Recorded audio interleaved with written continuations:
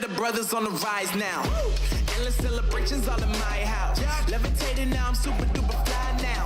London boy, but DC where I reside now. Put the time in while you always yelling time out. And for quit it, cause I know I'm coming with it. You were sitting, you were wishing I was handling my business. Now I got the ball like Harry Potter playing Quidditch. And my business is humongous, you would think that happens in there. Oh man, I'm all that, yeah, I'm all that. Looking for that whip, yeah, that what you call that. I'ma blow up in the summer, have them yelling fall back. And I've always been ahead like an effing ball cap. Man, I came in the game like, whoa. Got a couple chains on me cause I like gold. They told me I'm the best and I told them I know. Cause when I'm in your town, every ticket I sold. Yeah, just saying I'm the man. Facts, bro. Lot of haters, tell me where they at though. I'm the new pop, all I do is rap though. Want me on your song, throw a couple stacks, yo. Everybody wanna do the same thing. That's why we ain't on the same page. Do my own thing and I maintain. Flow like water, so I'm going mainstream. I'm going mainstream. Flow like water, so I'm going mainstream. Yeah, I'm going mainstream. Flow like water, so I'm going mainstream. I'm going mainstream. Mainstream. Flow like water, so I'm going mainstream. Yeah.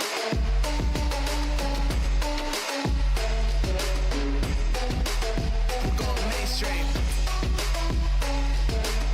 Damn. Flow like water, so I'm going mainstream. Woo.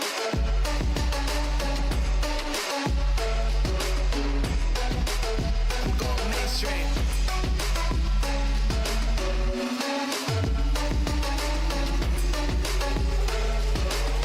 Flow like water, so I'm going mainstream. Just saying I'm the man. Facts, bro. Lot of haters, tell me where they at, though. I'm the new pop, all I do is rap, though. Want me on your song, throw a couple steps, yo. Everybody wanna do the same thing. That's why we ain't on the same page. Do my own thing, and I maintain. Flow like water, so I'm going mainstream. I'm going mainstream. Flow like water, so I'm going mainstream.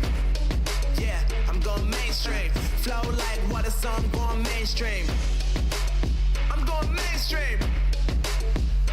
Mainstream. Flow like water, so I'm going mainstream.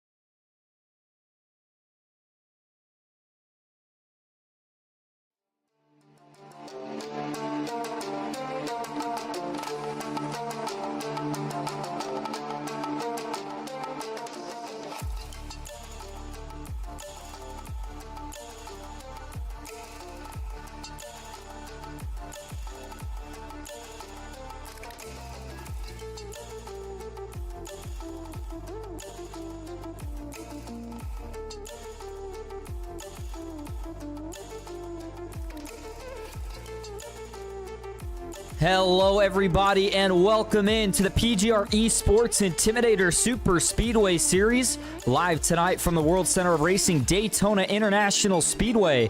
We have got a good one in store for you here tonight. Thank you all so much for joining in. I'm Austin Green alongside Dawson Wise in the booth here tonight. Dawson, Gen 4 cars just 1 week before we head back to the Gen 6 cars for the SummerSlam. How you feeling tonight?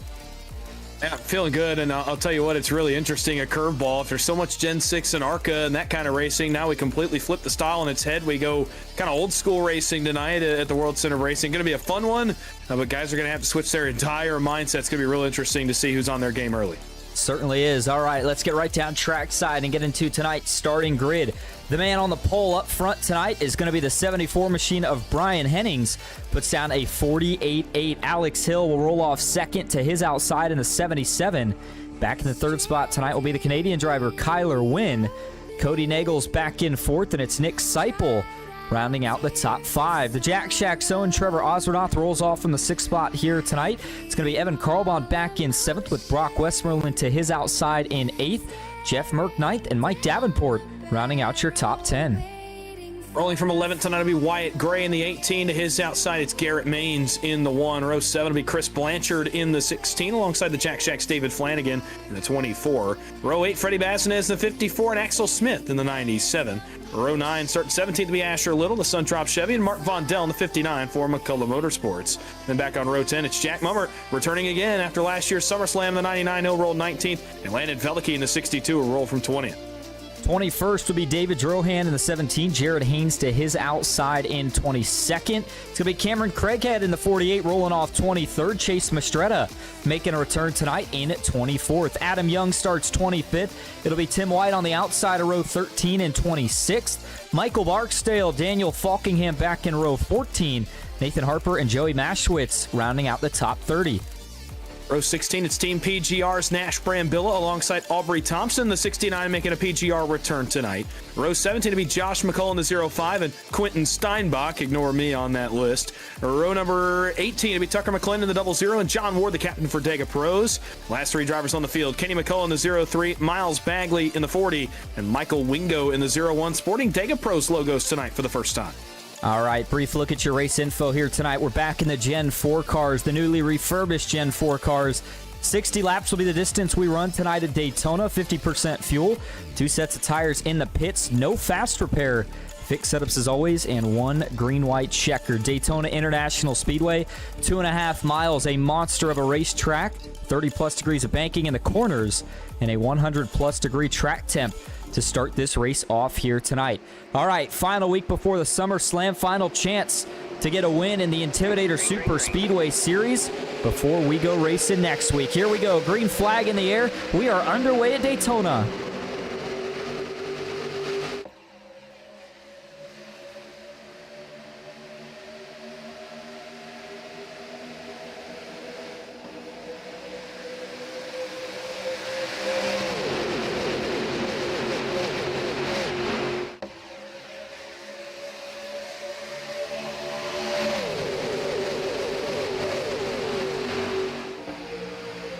Halfway down the Daytona Superstretch for the first time, and it's Alex Hill in the 77 returning to PGR tonight and immediately going to the point on the push of Chase Mastretta. But now here comes the challenge on the inside. It's Brian Hennings along with Kyler Wynn. They've got their footing now underneath them, and off of 4 will be the driver for Team PGR, clear to the lead. Brian Hennings may lead lap 1 at the line.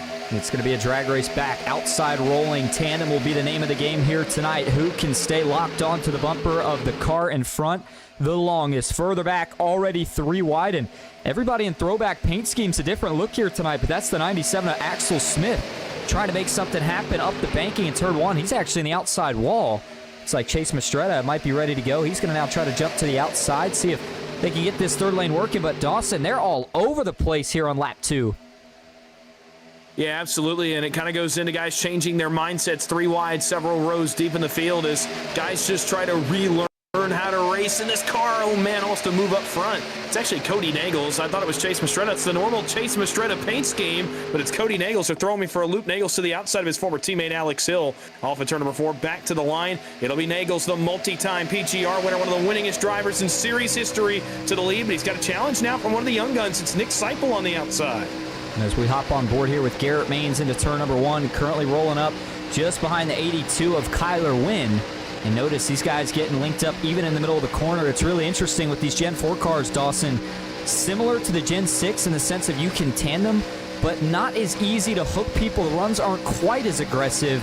Just more of that kind of old school racing that we got to see back in the heyday of NASCAR. And right now, these guys making it happen here in the sim. Garrett trapped in the middle now with the 8, the 97, and a few others trying to make their way to the front. Still 3x3, though, as they work back onto the front stretch. Big wiggle up front. Oh, my goodness. That was the 8.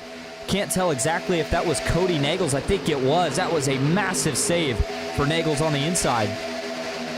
Third line working, and I'm a little bit surprised that this third line's got as much juice as it has already early. Wyatt Gray, the first car, I believe, that is up on that outside lane. He's got David Flanagan with him, along with Landon Veldeke, one other car towards the tail end of that line as well. Alex Hill takes a look out around Nagels. That's in the middle. He'll have help from Seipel and Osmanoff in that middle lane. Evan Carlbon leaving a bit of room, fourth in line, as he's stuck in the middle, 3 wide now with Wyatt Gray. Gray's gotten all the way to the 8th position on the third lane, but as they go into turn number 3, that lane starts to disintegrate. As up front, they tandem away. Seipel turns left. He goes to the inside. Where does Osmanoff go here? The leader's got a bit jumbled. Ooh, Landon Veldeke, big moment, 10 rows deep in the field. Look at the side draft from Alex Hills. He's got help out back big time now. Osmanoff, Nagels, and Hennings, and now another car jumps in line up there as well. It's Brock Westmoreland. Nick Seipel's going to lose 6 spots here into turn 1. That was a big move for Brock Westmoreland. He slammed the door on the momentum coming out back, and now he's got himself in good position. It seems like the top lane so far tonight has been the place to go, at least if you're trying to make your way to the front. We'll have to see if the inside can get organized. Seipel is tandemed up, but just can't really seem to get anything going here. Not sure that that's anything Seipel's doing wrong. It just seems like the inside can't really find its rhythm early. And we still got to talk about pit stops, but further back, the 55, Mike Davenport trying to make his way up here. How about the 16 of Chris Blanchard? Good to see him make a return tonight. I see Jared Haynes back here and a few others all taking it easy, including Nathan Harper. And I think one of the groups to watch late is going to be that McCullough Motorsports. We know that they like to wait until the end to try to make their way to the front. 6 laps complete. Alex Hill leads the way at Daytona. Oh yeah, this car kind of rewards that style of driving where you can make moves at the end, and it's not like the Gen 6 where when you make moves, obviously they can be blocked. And this car's a little bit different. 4 wide back out back around Axel Smith. No trouble yet, but man, still 4 wide back there around Garrett Maines. That was a big moment deep in the field, as at Talladega that wouldn't be a problem. At Daytona, not as much room to go 4 wide. Back up front, they are triple pushing now. Kyler Wynn pushing third in line up on the banking. That's a little risky. Still continues to be Hill and Nagels leading the way. Been a while since we've seen this duo go to work. They do so now. Drag race at the line. May have been Nagels by a nose. As David Flanagan's come through the field as well in that 31 machine. He's up 8 spots from where he started. So too is Freddie Bassinez, just to his left elbow down there on the bottom behind his teammate Nick Seipel. Yeah, Flanagan making pretty good progress. Even further back in the field, though, Daniel Falkingham, one of the favorites each and every week, already up 12 positions from where he started this race at. Still a lot of work to do, though, here. Only 7 laps complete, and really as much racing as we've seen, Dawson, it almost feels more controlled in the sense of what we're used to seeing, where these guys, it feels like they're going to wreck at any lap. It doesn't really feel that way right now. They're back to 2x2. Up front, Alex Hill in good control, but oh man, he makes a mistake, goes a little high and gets split. He is going to get bailed out, though, here. Looks like the 31's going to pick him up. Thought for a minute that may have been a teammate, but instead I think that might be David Flanagan working on the outside here with Alex Hill. Well, a product of this car, you were just talking about it, Austin, and that's that you cannot really make those big kind of flick of the wheel moves that you would normally see in the Gen 6, which is primarily what we've run over the last several weeks along with the ARCA car as well. You can make those kind of big sweeping flick of the wrist moves. In this car, you can't. Right there, Hill makes one, though. Makes a block on Kyler Wynn and sends him to the sucker hole. And if I'm the 82, I'm not going to appreciate that. I think he's going to write that one down in the mental notebook. And now getting a huge push from out back of him. And you know, guess who? That would be, I believe it's Mastretta, that car in the middle. Actually, no, it's Freddie Bassinez in that 8 machine. Flanagan down in the middle. And all of a sudden, right as we said, oh, it's really controlled. Now they're all over the place again. Flanagan to the outside. He's got his teammate there, Trevor Osmanoff, in the middle. It's Bassinez on the back of Wynn. On the inside, Seipel still continues to try to come forward, but he keeps getting put in the hornet's nest. Meanwhile, up front, Nagels turns left. He gets the lead back. Wyatt Gray comes with him, and all of a sudden, Hill going to have to get pushed by Kyler Wynn. And yep, exactly as I figured. Remember that mental notebook? Hill goes to the middle, and Wynn goes to the lead. Yeah, and interesting to see Cody split Alex there. If you were wondering whether or not they truly are former teammates, that answers your question right there. And Kyler Wynn, if you remember, those two had a run in last week. Hill and Wynn brought out the only caution that we had saw in a certain amount of laps of green flag racing. And here tonight, they almost did the same thing, but it gets sorted out. Kyler wins the battle, wins the war, as now he leads the way here at Daytona. Trevor Osborne doing the pushing on the outside. It's now Nagels and Flanagan leading the inside. Wynn drops down. That's going to allow Trevor to get a little bit of clean air. And I think that's the other question to get answered here tonight is how long can you push in these cars before you got to check the engine temps to maybe back it off a little bit. Is speaking of back off, we got a second pack forming up here, Dawson, currently being led by Quentin Steinbach. This is about 27th on back, so really, all of a sudden, we've got about a half of the field pack breakaway. Yeah, again, not surprising. The second you see them start to race the way they're racing up front, they're going to go backwards and conserve. You talked about the McCullough group. That's the primary group. I think that kind of started that revolution, if you will, to go back from behind the field and get away from the madness up front. And quite frankly, don't really blame them. You'll probably see them come back as soon as we get close to a pit stop or as soon as we get a caution flag here in this race. Up front, it's kind of calmed down among the first 8 or 10 cars as Daniel Falkingham, well, right as I say that, Falkingham plus 20, though, up to 8. Jack Shack leading the way, though, Flanagan and Osborne. And to me, Austin, that's no surprise. They are really good in these cars. They like racing them. Their last PGR win for their team, I believe, other than Jared Haynes, came in this car. Yeah, no surprise at all, and I didn't mean to interrupt there, but Garrett Maines had a pretty big moment. And in fact, what I'm seeing on the front of his car is I think what we're going to see on the front of a few cars tonight. We've seen a few big pushes in the corner, and these cars, not like the ARCA cars where they just instantly spin out and you have no chance to save them. They almost kind of slide. And we know that there's a lot of drivers in here that are more than capable of making saves when they get loose, and it kind of feels like that's exactly what they're doing when they get these big pushes through the corner. A little bit of a slide, but man, you get so much momentum from it. Garrett Maines, though, notice a little bit of damage there on the front grille of his Monte Carlo. We'll see if that affects him. But Dawson, I see it on Mastretta. I just mentioned it on Maines. I think if you look back, you could probably find it on a couple of others. I think that's just the way you push in these cars, is there's another big block by Maines. Yeah, it is the way you push in this car, and it's just a product. Oh, man, big split. Alex Hill to the middle on the push from Cody Nagels. And right as soon as you say, well, I wonder if they're former teammates, and they make a move like that, and you remember when they were teammates as they get together in the middle lane. They've got Daniel Falkingham with them, and all of a sudden it's 3 by 3 by 3, 5 rows deep in this front pack. Jack Mummert says, I'm out. I'm bailing from this mess here at the front. It's Jack Shack top and middle with Osborne and Flanagan. It's Maines that now leads the bottom of the push from Wyatt Gray. Up top, that's Bassinez pushing on Osborne. There's now Hill and Flanagan both clear to the bottom. To the inside of Osborne they go. Oh, man, David Flanagan all over the racetrack makes the save on the push from one of the most aggressive in the business, Alex Hill. And, man, I mean, he got Flanagan loose, and he just never let up. And that was another big call right there. Oh, my goodness, Alex Hill really not giving to you-know-what's out there right now. He is throwing blocks left and right, but for now it seems to be working out. He does lose about 10 spots, though, down the backstretch right there. Now Garrett Maines goes to the point. He'll move high, and all of a sudden now, Dawson, seems like the rhythm's starting to fade away. These guys are scattering 4 wide. It's not going to work. It's not going to work. It's not. There goes Brian Hennings around, and this one's going to be big. Merck coming back across the racetrack. The caution will come out as soon as that happens. I think it's still green for right now, though. Yeah, it's not going to stay that way. I'd be shocked if it did, man. That was at least 2 or 3 cars off the racing surface, but man, I can't believe that didn't draw the caution. I saw 3 cars there out of shape. Nonetheless, race control keeping it green. Merck's got heavy damage. I think Haynes is okay, just went for a slide. But man, that all started with, again, just a lot of aggression, and it eventually chain reactions back. They end up 4 wide, and boy, now we have all sorts of potential different outcomes to this race, Dawson. Up front, they're still 2 by 2, but the lead pack's only about 10 cars, and you look back a little further, I think this next group might catch them, but even when they do, it's only going to be about 15 cars or so in this lead group. Yeah, now the benefit for some of these groups is that they're kind of all catching each other. It's a group of 3 out behind the leaders. There's about 10 cars in this lead pack. Then there's 3 that are catching them. Then Freddie Bassinez is catching that second group. Then the group of 2 behind them is slowly catching up. So they're kind of all bridging for each other. Now it gets a little bit more complicated when you go from 16th to 17th. That gap between McCullough and Carlbahn is over 3 seconds, unless those guys get together. Although right now, that group with Carlbahn is single file, and they're gaining time on the leaders. So You can do a lot more in this car when you get behind the 8 ball in terms of losing the draft. If you just line up, because up front, the side draft is so strong in this front pack right now that if you just single file out, you're going to go faster with a line of cars, and it's amplified big time in this car. So as long as these guys up front continue to race like that, my goodness, Trevor Ostronaut was pointed sideways. As long as these guys continue to do that, though, and you see how far Kyler Wynn is off Ostronaut right now, as long as they do that, those groups will continue to catch them.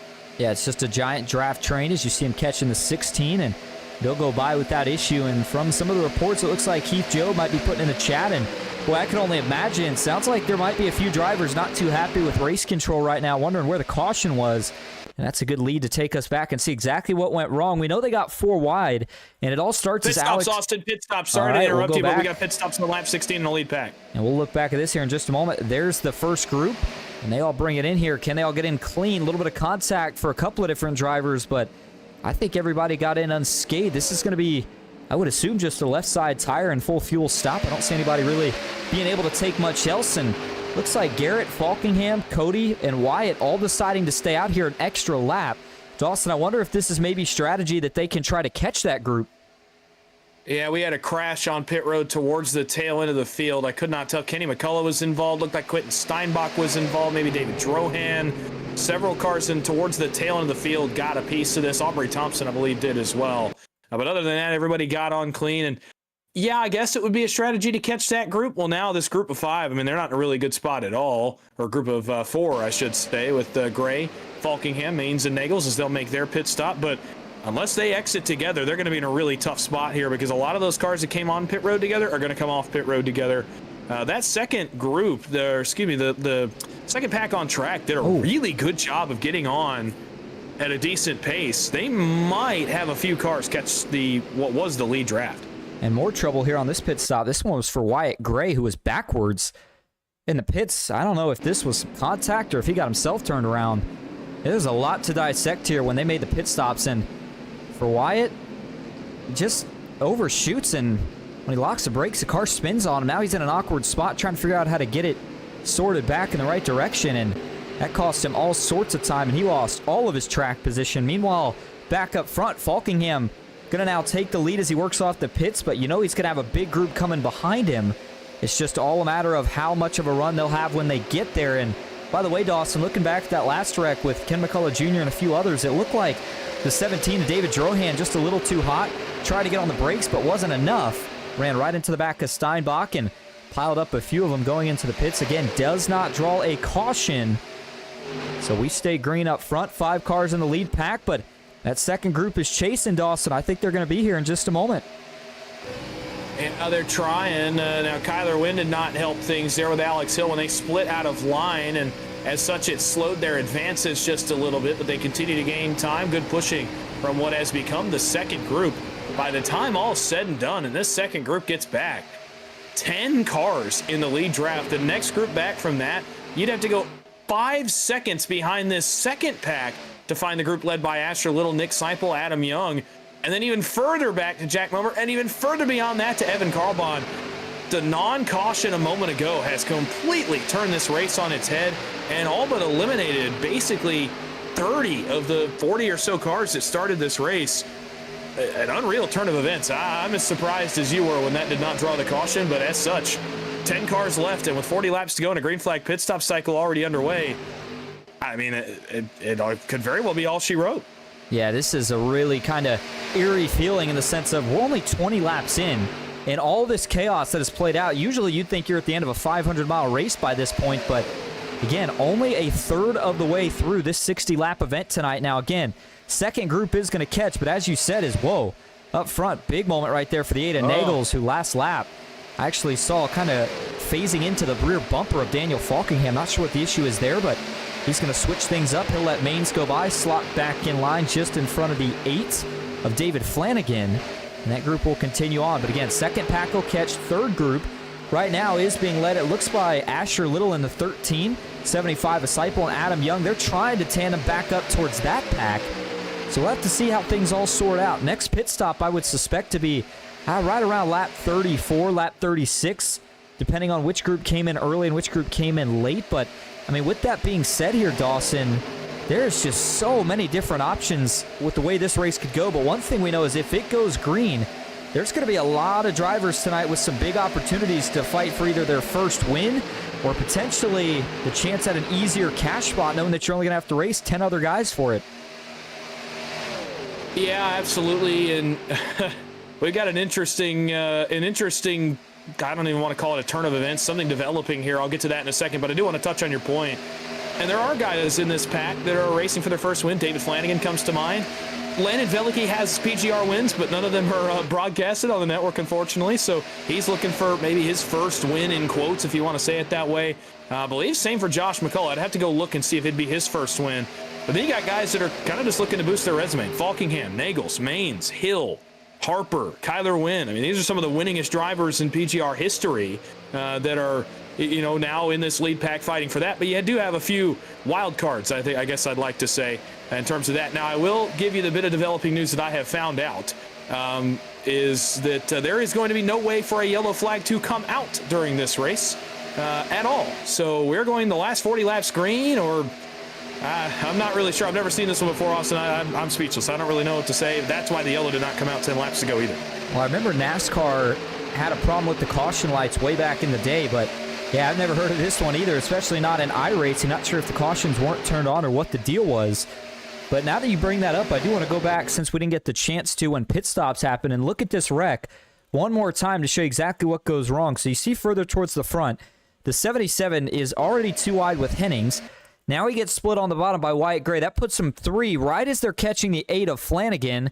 Now that puts him 4 wide, and you just knew that you can't really make 4 wide work at Daytona. Sometimes it works at Talladega, but not here. Eventually they squeeze each other. Hennings gets turned back down the track, collects Axel Smith. Here comes Merck back up the racetrack, and everybody scatters to miss him. Haynes, see a couple others get collected down low, and yeah, we thought it'd be a caution, and apparently race control did as well, but yeah, weird issue there, Dawson. It'll be interesting to see what they decide to do. I mean, we're almost halfway through this race. I think it'd be hard for them to tell the guys up front, we're going to make a new session at this point. I have no idea. Again, I have never experienced this before, so I mean, the problem is I don't think we have the capabilities to even do that. I think we're just going to have to run this out. I'm not sure that at this point we even have the capability to start a new session. So, I mean, it sounds like we're just going to race it out, which is wild. It's going to be a first in PGR history. To be one of the first races I've ever seen in this series go wire to wire for one reason or the other. And yeah, I mean, for the guys 11th on back, I mean, this is a tough break, right? For Seipel, for Little, for Young. I mean, you can go back through the field for guys that started this race well. Wyatt Gray was leading at one point. For those guys, Freddie Bassinez, Brian Hennings, who started on the pole tonight, like this is like unbearably tough, right? You're sitting in the car, there's nothing you can do. For the guys up front, obviously you're going to love it, but I mean, even for that, it's like, you know, do you want to win this way? And you know, obviously now they're in the heat of battle, and I mean, with only 10 cars up here, boy, if you're the guys up front, do you even think this is an advantage? If you're not, you know, Falkingham, Maines, Nagels, is this an advantage? There's not much energy out back to even generate a run to go win this race. Yeah, certainly. I don't even know what to say in terms of if you know that you got at least one more green flag stop. Some of these guys have to be absolutely, I mean, beyond intimidated, knowing that if you make any sort of mistake, your race is over.